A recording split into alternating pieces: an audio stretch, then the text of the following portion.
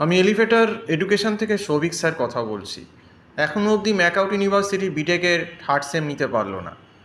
তো third same কবে হবে, কবে নেবে? কোনো ফর্ম তো কিছু এখনও বেরোলো না।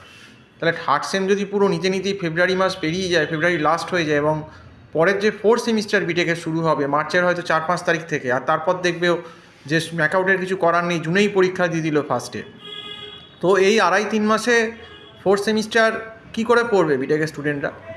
তারা তো সমস্ত ফেল করে যাবে। তো ইউনিভার্সিটি কীভাবে চলছে? ইউনিভার্সিটির কি কোনো রোড ম্যাপ নেই যে প্রত্যেকটা সেমিস্টারে একটা ন্যূনতম সময় দিতে হবে? কোনোটায় খুব বেশিও দেবো না, কোনোটায় খুব কমও দেবো না। তো আমার মনে হচ্ছে যে ম্যাকআউটের একটা কোথাও ল্যাক অফ ডিসিপ্লিন কাজ করছে পরীক্ষার ক্ষেত্রে। যে একটা পরীক্ষা একদম যেটা জানুয়ারিতে নিয়ে নেওয়া উচিত ছিল, অন্তত আমি মনে করি বিটেকটা, সেটা ফেব্রুয়ারি মিডিল অবধি এখনও জানি না কবে হবে, সে এখনও বলছেই না। কেউ বলছে ফেব্রুয়ারি মিডিল, তার মানে তো অনেক দেরি, মানে পরীক্ষা শেষ করতেই তার ফেব্রুয়ারি লাস্ট হয়ে যাবে। তো এই যে সময় কম পাবে স্টুডেন্টরা, অনেক কিছু শিখতে পারবে না, ভালো করে পড়তে পারবে না।